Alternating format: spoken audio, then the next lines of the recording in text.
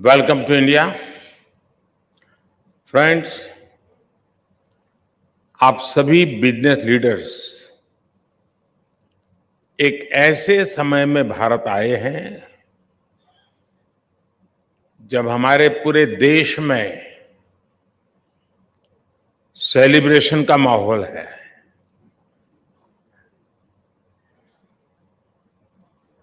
भारत में हर साल आने वाला लंबा फेस्टिवल सीजन एक तरह से प्रीपोन हो गया है। ये फेस्टिव सीजन ऐसा होता है जब हमारी सोसाइटी भी सेलिब्रेट करती है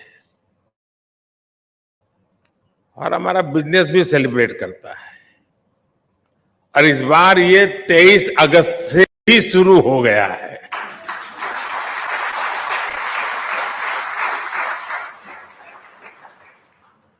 और ये सेलिब्रेशन है चंद्रमा पर चंद्रयान के पहुंचने का।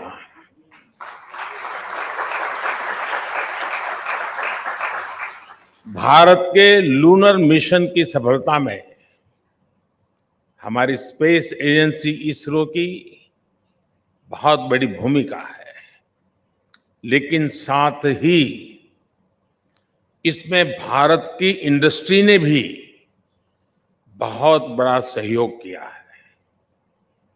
चंद्रयान में यूज किए गए अनेक कंपोनेंट्स हमारी इंडस्ट्री ने, हमारी प्राइवेट कंपनियों ने, हमारे एमएसएमईज ने उसको आवश्यकता के अनुसार तैयार कर समय सीमा पर उपलब्ध कराए हैं। यानी ये साइंस और इंडस्ट्री दोनों की सफलता है। और इम्पोर्टेंट ये भी है, इस बार भारत के साथ साथ पूरी दुनिया इसे सेलिब्रेट कर रही है।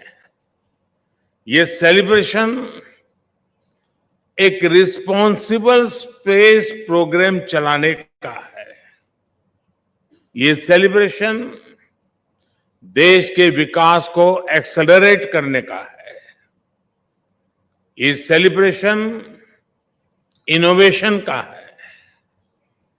ये सेलिब्रेशन स्पेस टेक्नोलॉजी के माध्यम से सस्टेनेबिलिटी और इक्वलिटी लाने का है। और यही तो इस B20 समिट की थीम है, raise. It is about responsibility, acceleration, innovation, sustainability and equality, and it is about humanity. It is about one earth, one family, one future. Friends, वैसे तो B20 के थीम रेज में आई है। आई innovation को represent करता है, लेकिन मैं इसमें इनोवेशन के साथ ही एक और आई को भी देखता हूं, और ये आई है इंक्लूसिवनेस। हमने अफ्रीकन यूनियन को भी G20 की स्थायी सदस्यता के लिए इस विजन के साथ इनवाइट किया।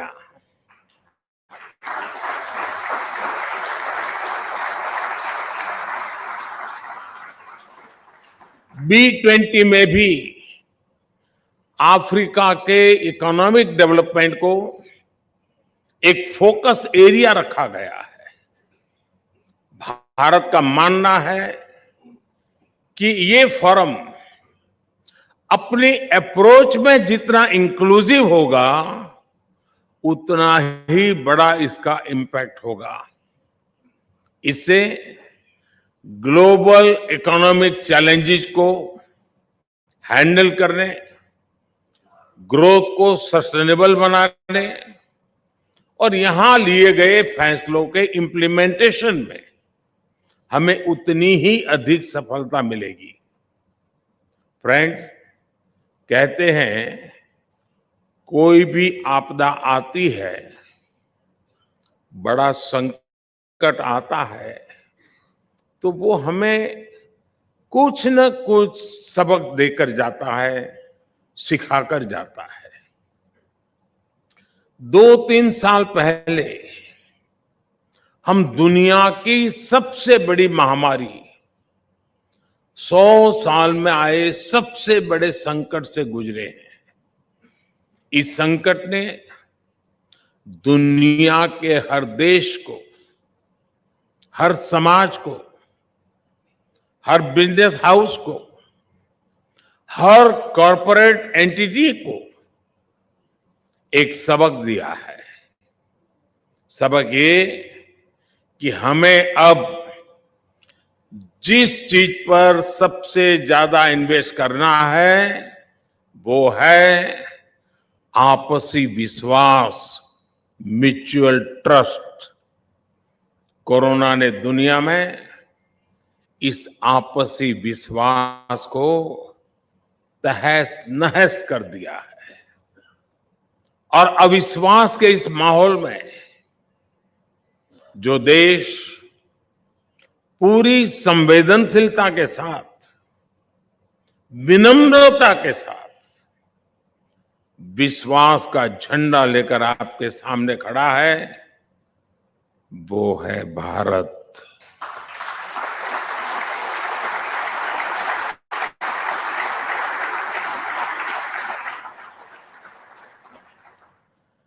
सौ साल के सबसे बड़े संकट में भारत ने जो चीज दुनिया को दी वो है विश्वास, ट्रस्ट, म्यूचुअल ट्रस्ट। जब कोरोना के समय दुनिया को जरूरत थी तो फार्मेसी ऑफ द वर्ल्ड के नाते भारत ने 150 से ज्यादा देशों को दवाइयां उपलब्ध कराई।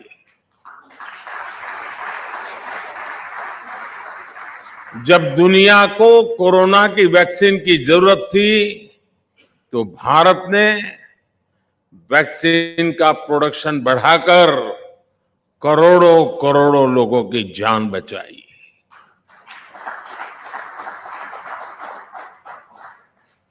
भारत की डेमोक्रेटिक वैल्यूज भारत के एक्शन में दिखती है, भारत के रिस्पॉन्स में दिखती है। भारत की डेमोक्रेटिक वैल्यूज देश के 50 से ज्यादा शहरों में हुई G20 की बैठकों में दिखाई देती है और इसलिए भारत के साथ आपकी पार्टनरशिप बहुत महत्वपूर्ण है। आज भारत में दुनिया का सबसे युवा टैलेंट है। आज भारत इंडस्ट्री 4.0 के इस दौर में डिजिटल रिवॉल्यूशन का चेहरा बना हुआ है। भारत के साथ जितनी आपकी दोस्ती मजबूत होगी उतनी ही समृद्धि दोनों को मिलेगी। You all know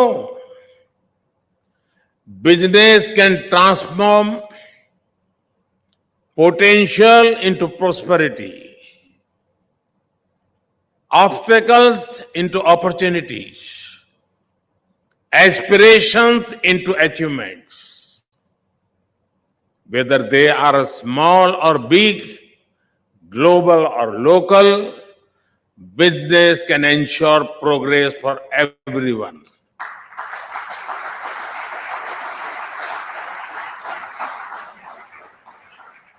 Therefore, The future of global growth is dependent on the future of business. Friends, कोविड-19 से पहले और कोविड-19 के बाद की दुनिया बहुत बदल गई है। कई चीजों में इरिवर्सिबल चेंज हम देख रहे हैं। अब जैसे ग्लोबल सप्लाई चेन को दुनिया फिर से पहले की तरह नहीं देख सकती। पहले कहा जाता था कि जब तक ग्लोबल सप्लाई चेन इफिशिएंट है तब तक चिंता की कोई बात ही नहीं है। लेकिन ऐसी सप्लाई चेन का और ऐसी सप्लाई चेन एफिशिएंट कही जा सकती है जो तब टूट जाए,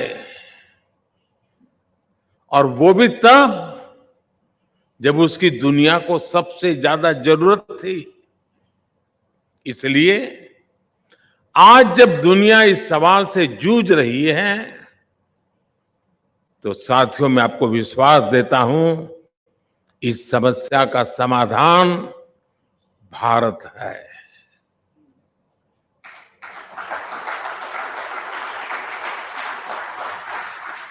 एक एफिशिएंट और ट्रस्टेड ग्लोबल सप्लाई चेन के निर्माण में भारत का अहम स्थान है, और इसके लिए ग्लोबल बिजनेस को अपनी रिस्पांसिबिलिटी आगे बढ़ाकर और आगे बढ़कर के हम सबको मिलकर के उठानी होगी। फ्रेंड्स, मुझे खुशी है कि G20 देशों के बीच बिजनेस 20 डिबेट और डायलॉग का एक वाइब्रेंट फॉरम बनकर उभरा है। इसलिए जब इस मंच पर हम ग्लोबल चैलेंजेस के सॉल्यूशंस पर चर्चा कर रहे हैं, तब सस्टेनेबिलिटी बहुत अहम विषय है। हम सबको ये ध्यान रखना होगा कि सस्टेनेबिलिटी की बातें सिर्फ नियमों कानूनों तक सीमित न रहे, बल्कि ये रोजमर्रा की जिंदगी का हिस्सा बने, जीवन का हिस्सा बने। मेरा आग्रह ये है कि ग्लोबल बिजनेस को इससे एक कदम और आगे आना चाहिए। सस्टेनेबिलिटी अपने आप में अपॉर्चुनिटी भी है और एक बिजनेस मॉडल भी है। अब आप छोटा सा मैं उदाहरण देता हूं, मिलेट्स का उदाहरण समझ सकते हैं। इस वर्ष को UN international year of millets के रूप में मना रहा है। मिलेट्स सुपर फूड भी है, एनवायरमेंट फ्रेंडली भी है और छोटे किसानों को भी सपोर्ट करता है, और इसमें फूड प्रोसेसिंग बिजनेस में भी अपार संभावनाएं हैं। यानी ये लाइफस्टाइल और इकोनॉमी हर लिहाज से विन विन मॉडल है। इसी प्रकार हम सर्कुलर इकोनॉमी को भी देखते हैं। इसमें भी बिजनेस के लिए बहुत बड़ी संभावनाएं हैं। भारत में हम ग्रीन एनर्जी पर बहुत अधिक बल दे रहे हैं। हमारा प्रयास है कि सोलर एनर्जी कैपेसिटी में जो सफलता भारत को मिली है, इसको हम ग्रीन हाइड्रोजन के सेक्टर में भी दोहराएं। भारत की कोशिश इसमें भी दुनिया को साथ लेकर चलने की है, और ये कोशिश इंटरनेशनल सोलर अलायंस के तौर पर भी दिखाई देती है। फ्रेंड्स, पोस्ट कोरोना वर्ल्ड में आजकल हम देखते हैं कि अपनी हेल्थ को लेकर सभी बहुत कॉन्शियस हो गए हैं। हेल्थ कॉन्शियसनेस डाइनिंग टेबल पर तो तुरंत दिखती है। जब हम कुछ खरीदते हैं, जो खाते हैं, जो काम करते हैं, हर चीज में ये जरूर देखते हैं कि इसका हेल्थ पर क्या प्रभाव पड़ेगा। हर कोई सोचता है कि कहीं मुझे तकलीफ तो नहीं हो जाएगी, लंबे समय मुझे मुश्किल तो नहीं हो जाएगी। हमें सिर्फ आज की चिंता नहीं होती, बल्कि ये भी सोचते हैं कि आगे चलकर भी इसका क्या प्रभाव होगा। मेरा मानना है यही सोच बिजनेस और सोसाइटी की प्लेनेट को लेकर के भी होनी चाहिए।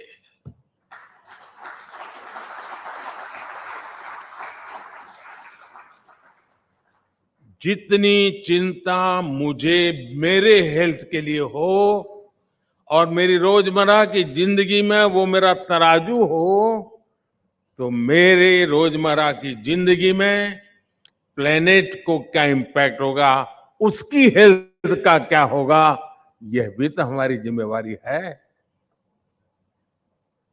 हर फैसले से पहले ये जरूर विचार किया जाना चाहिए कि इसका हमारी धरती पर क्या असर होगा।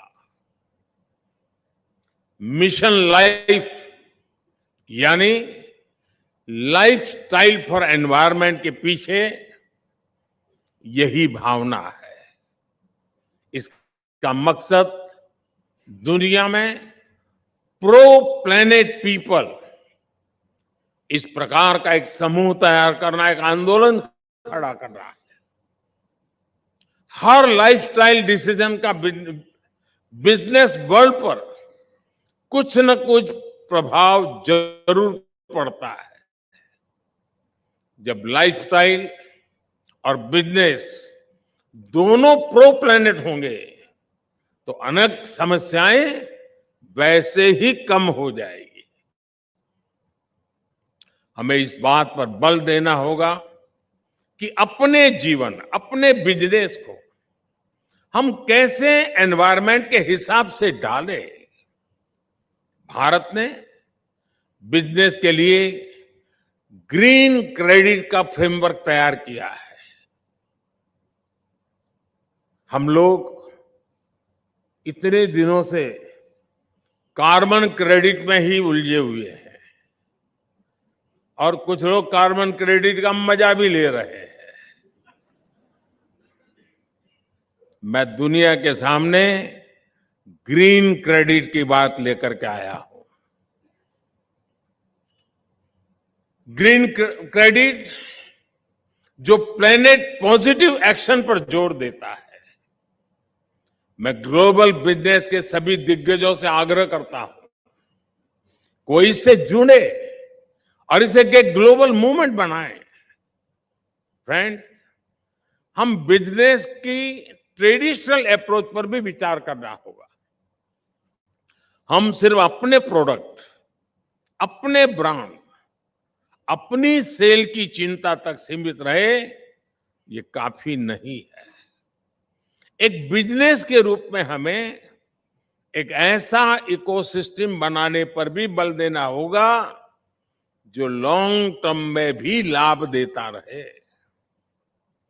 अब जैसे भारत ने बीते समय में जो पॉलिसी इंप्लीमेंट की है, उनके कारण सिर्फ 5 वर्ष में ही लोग करीब करीब 13.5 करोड़ से ज्यादा लोग गरीबी से बाहर आए हैं।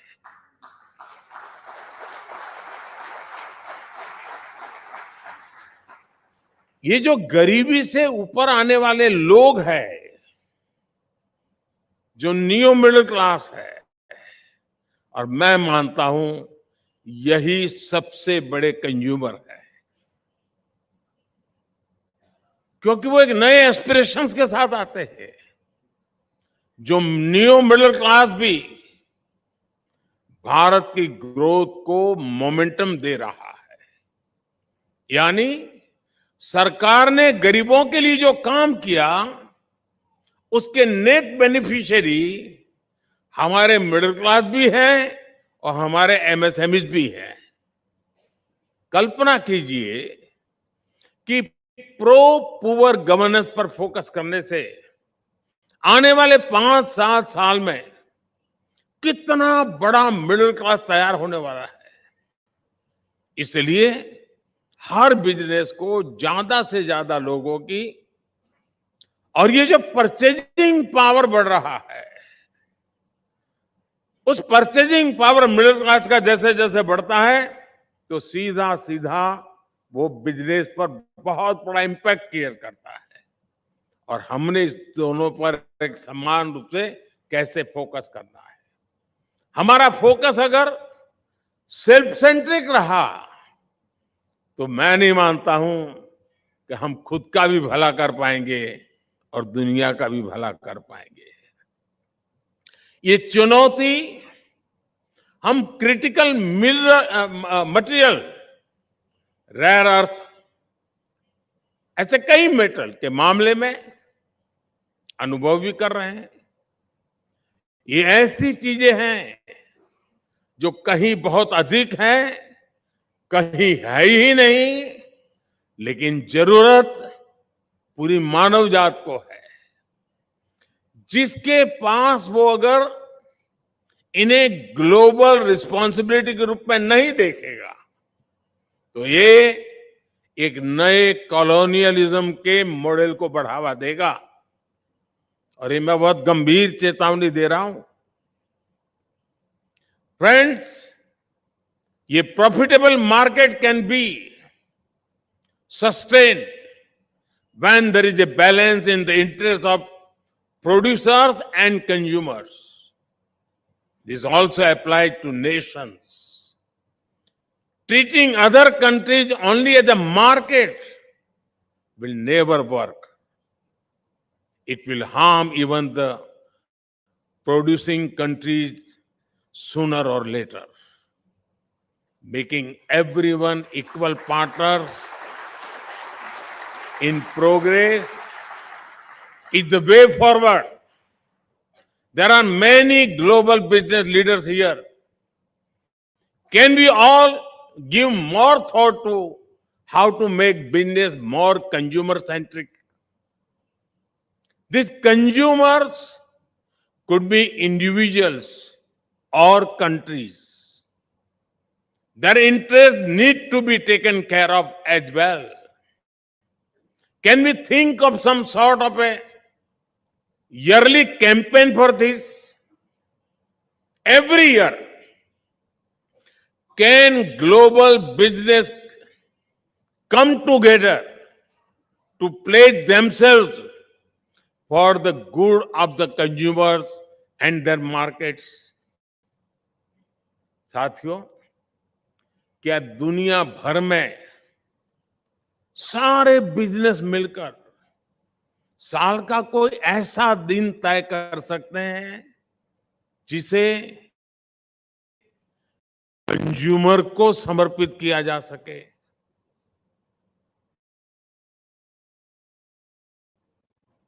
दुर्भाग्य देखिए, हम कंज्यूमर हैं। कंज्यूमर राइट्स का डे भी मनाता है दुनिया। उनको करना पड़ रहा है।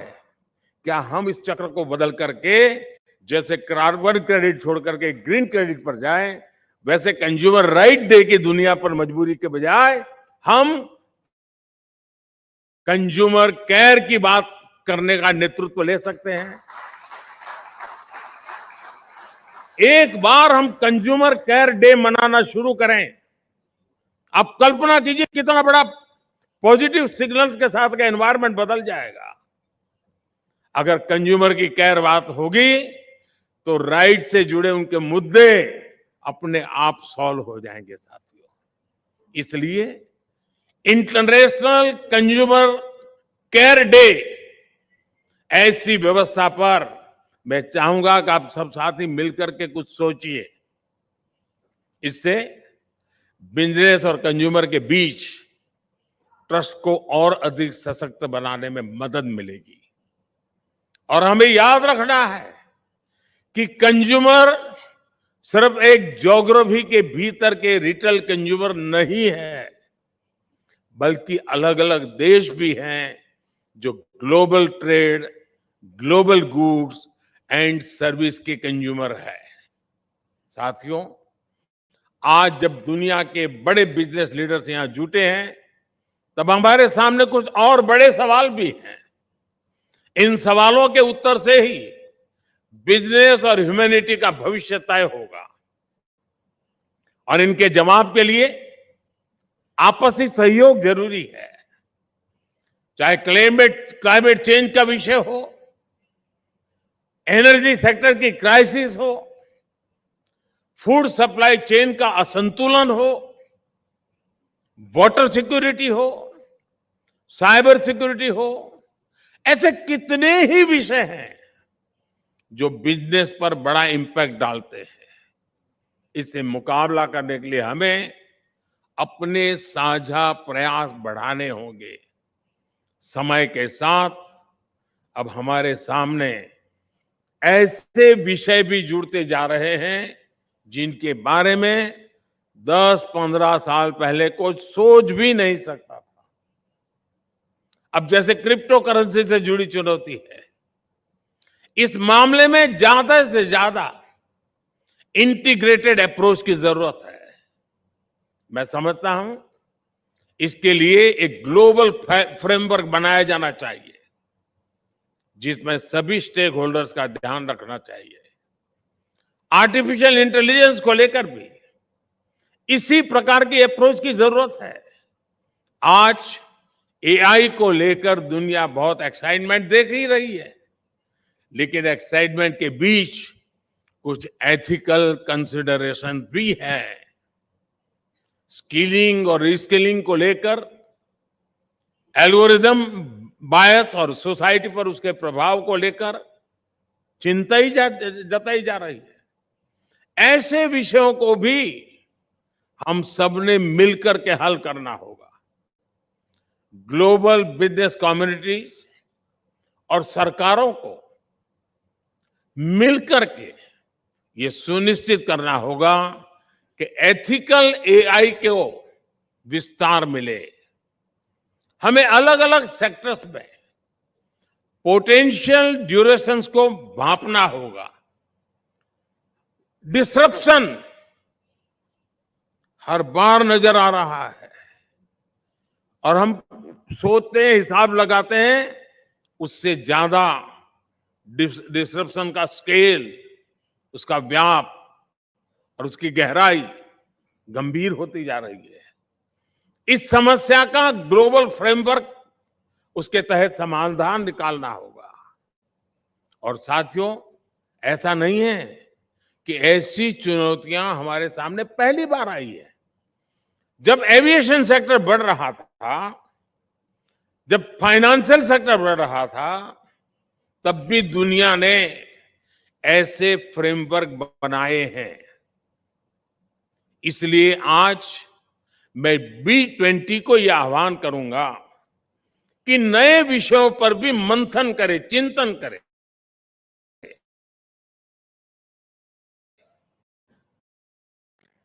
Business have successfully gone beyond boundaries. Now is the time to take business beyond just the. This can only be done by focusing on supply chain resilience and sustainability. I'm sure that the B20 summit has paved the way for a collective transformation. Let us remember that a connected world is not just about connection through technology. It is not only about shared social platforms, but also about our shared purpose, shared planet, shared prosperity and shared future.